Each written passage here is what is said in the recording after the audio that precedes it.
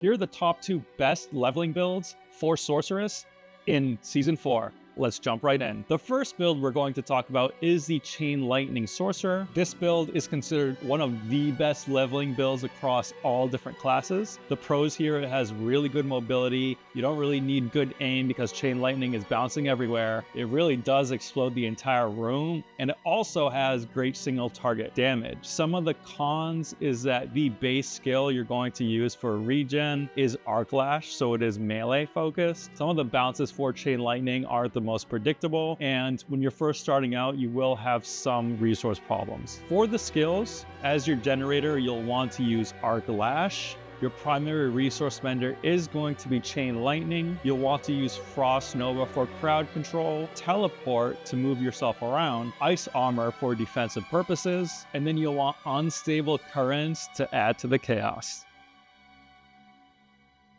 For your enchantments, you'll want to use the Fireball enchantment for explosions on enemy death. You'll want the Chain Lightning enchantment to boost your Chain Lightning skill.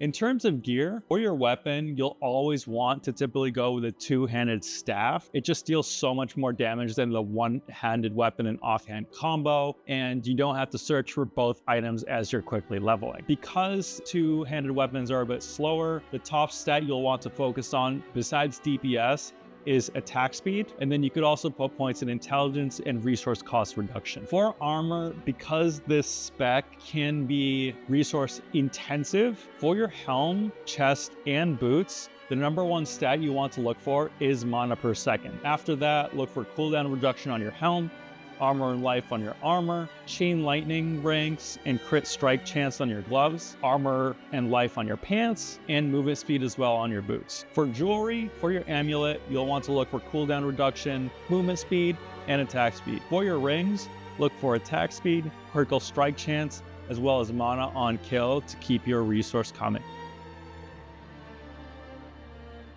There are a number of different aspects here that are really going to help you out while leveling. You'll want the recharging aspect, which you can get from Zenith and the Fractured Peaks, aspect of control from Sunken Library in Kyrgyzstan, Progeny's aspect from Witchwater and Hawazar.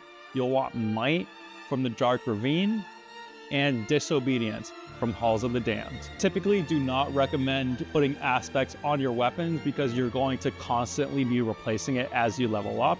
That's it for the Chain Lightning builds. If you want a bit of a change and are not too keen on lightning spells, next up is the Firewall leveling build.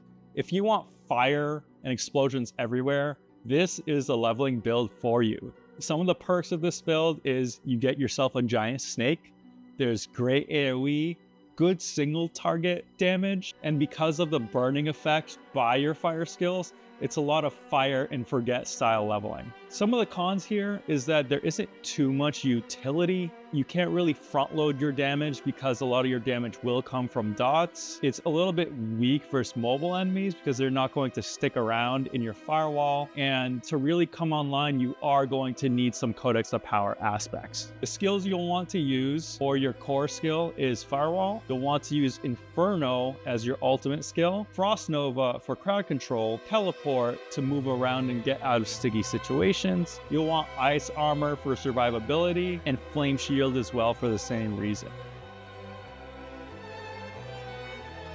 For your enchantments, you will want the Fireball enchantment and the Firewall enchantment as well, since it is your core skill.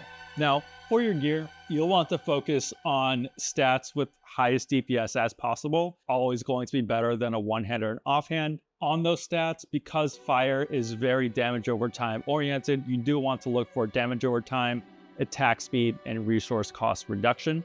For your armor, this is a resource intensive build. So for the helm, you'll want mana per second and cooldown reduction. For armor, you really want to prioritize mana per second. Gloves, you'll want to look for attack speed. For pants, you'll look for armor and life. Boots, mana per second, firewall ranks, as well as movement speed. For jewelry, for your amulet, look for movement speed and cooldown reduction. And for rings, look for attack speed and damage over time.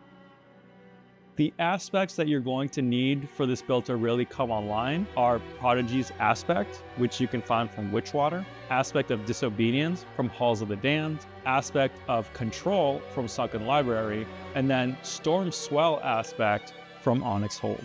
That's it for the Firewall leveling build. I hope you guys found this helpful. Now don't forget to check out my previous video to look for the best leveling methods. Thank you all, and until next time.